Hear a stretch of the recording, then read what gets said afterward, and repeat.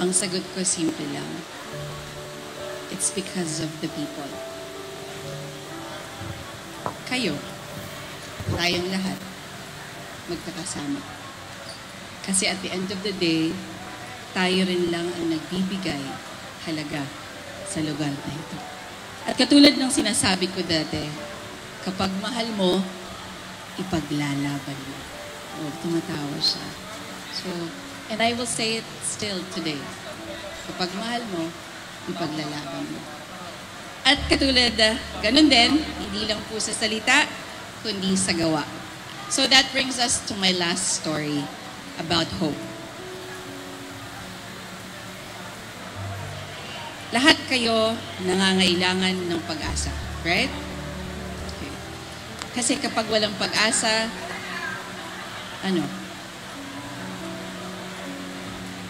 you don't have a reason to get up every day. Mahirap lumaban. Ako mismo, I continue to hope for a better future. For a better family, for everyone, for a better Binangon. For our youth, of course. Pero natutunan ko actually that hoping is not enough. Hindi pwedeng umaasa ka lang. Kailangan kumikilos ka rin. Hindi rin pwede trabaho ka lang ng trabaho na para wala namang direksyon. I think some of our friends, parents, ganun eh. Araw-araw na lang. Same thing. We move because we believe in something better. We work because we hope. When I served in Serenity Foundation for 16 years now, I saw how powerful hope can be. Yung mga tao na kahit hirap na hirap sa buhay, bumabangon pa din. Dahil umaasa sila na may darating na tulong. May darating na pagbabago. Pero ang tunay na pagbabago ay hindi lang po hinihintay. Ito po ay pinagpapaguran. At dito pumapasok yung servant leadership. I want you all to be leaders. Every single one of you here. There's a reason why you're here. Because you can be leaders. Mga leader na hindi lang umaasa, kundi yung unang kumikilos. Unang nagsasakripisyo. At unang nagbibigay ng pag-asa sa iba. Sa mga kasamahan nyo. Kung iisipin Baka natin... pwede po kami humingi ng assistance from Binangonan Plaza staff. Ayan. Maraming salamat po. Dito po sa may stage. O isang bagay, hindi ka titigil sa kasalukuyan lamang. Lagi kang may inaasam para sa kanya, tama? Lagi kang pipiliin mong umasa. Pipiliin mong maniwala. Pipiliin mong kumilos para sa mas magandang kinabukasan. And I'm sure that goes for your parents. Every one of us here and your friends also can be part of the solution. Hindi natin kailangan maging gobernador. Hindi natin kailangan maging mayor or presidente. Sabi nga nila, hope is contagious. At kung ang bawat isa sa atin ay nagdadala ng pag-asa, magsisimula itong humihinga. So ilan kayo ngayon dito? Year what?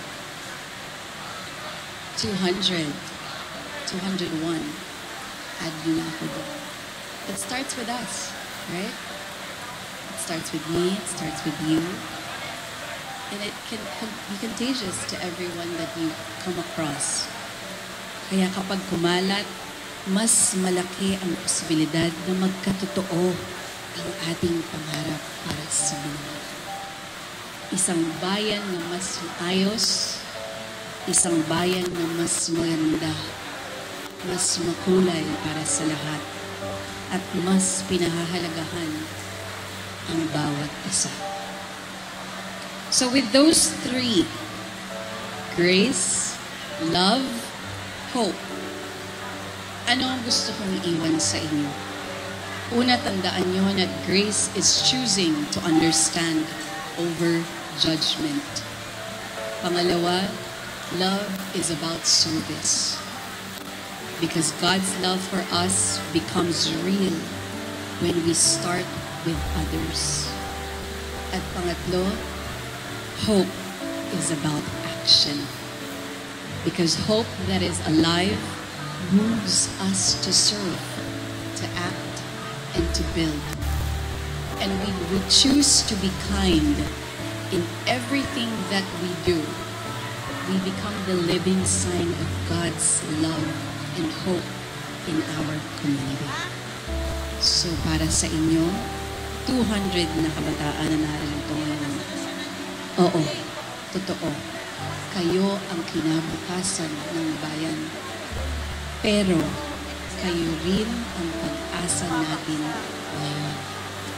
Okay? Kaya sana wag niyong kalimutan. Huwag niyong sayangin ng pagkakataon na binibigay sa inyo. Wag lang kayong mangarap, kumilos kayo. Wag lang kayong magmahal, maglingkod din kayo.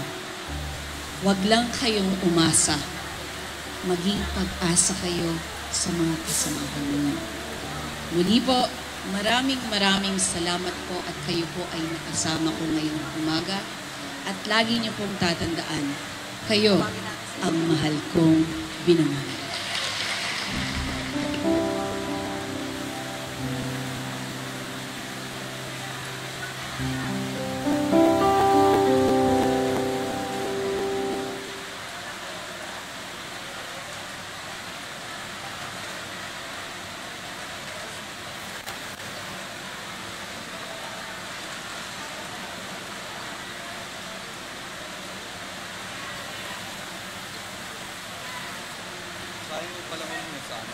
Nabanggit po ni Reds. Binangonan Rizal, ang aking tahanan, ang aking pinagmulan.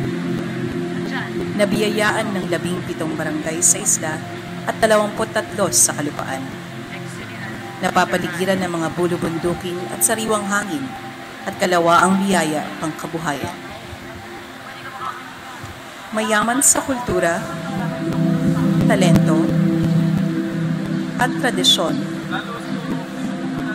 habang nananatiling bukas sa lahat ng mamamayan, anumang pinagmulan, kasarian o pinaniniwalaan. Di maitatago ang angking talento sa sining, mga gawang kamay at masasarap na pagkain. Ang mga natatagong hiyas, iniingatan at pinangangalagaan. Sa ilang daang taong nagdaan, ipinagmamalaki nito ang angking kagandahang mula sa buong may kapal. Sa aking mga kababayan, aking hiling ay laging masaya. Pagpalain nawa sila at ang buong tahanan nila. Ang pagsikat at paglubog ng araw, aking pinagmamasdan. Nagpapasalamat sapagkat ang ating bayan ay pinuno nitong yaman. Mga yamang pambihira at hindi mapapalitan. Ito ang mahal kong binangonan.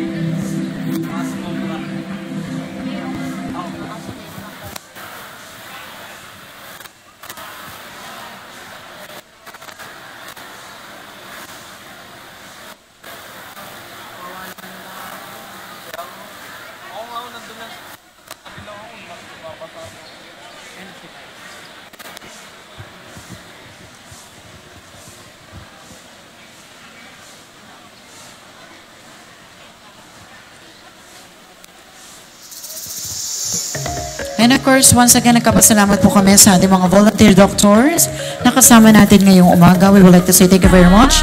Dr. Adele Concepcion, Dr. Christy Ann Concepcion, Miss Annie Sikenya, Dr. Fidelito Senedosa, Dr. Noel Dobra, Dr. Renz Rivera, Dr. Elenita Jeronimo, Dr. Clarice Buen, and Dr. Maria Ursula Closa. Maraming salamat po.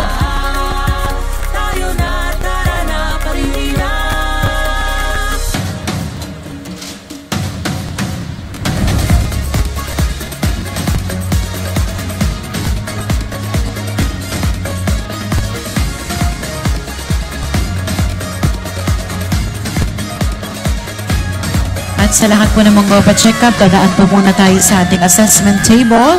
Meron po tayo dyan mga staff na mag-a-assist po sa inyo kung saan po kayo pupuntang services.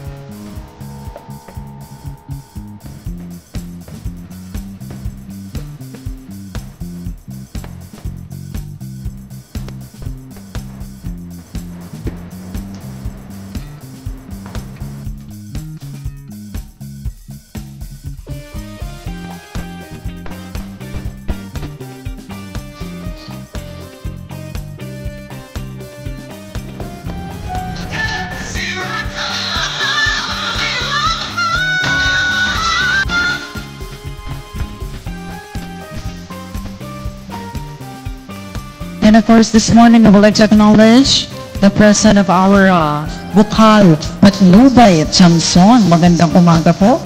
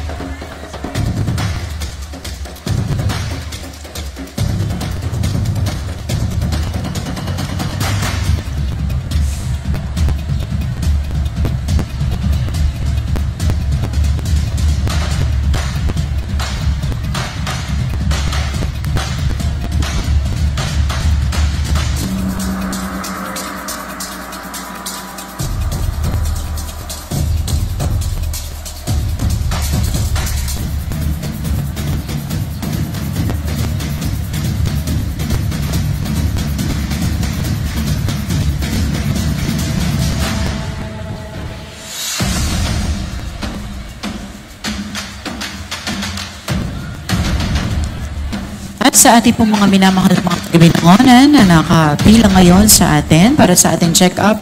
Ang pwede niyo pong ma-avail na services ngayong umaga ay ECG, CBC, FBS, chest x-ray, urine analysis, diabetic food screening, check-up, butika ng bayan, bunot ng ngipin, HIV testing, flu vaccine para sa ating senior citizen, urine, creatinine test, dog and cat anti-rabies, at meron din po tayong only foods para sa lahat ng ating mga kababayan. At sa lahat po ng mga nagpapacheck up, pupunta po muna tayo sa ating assessment table. Pag nasa assessment table na po tayo, ay i-assist po tayo ng ating mga staff kung saang table po kayo pupunta hanggang sa makalabas po kayo ng Binangonan Plaza. Maraming salamat po.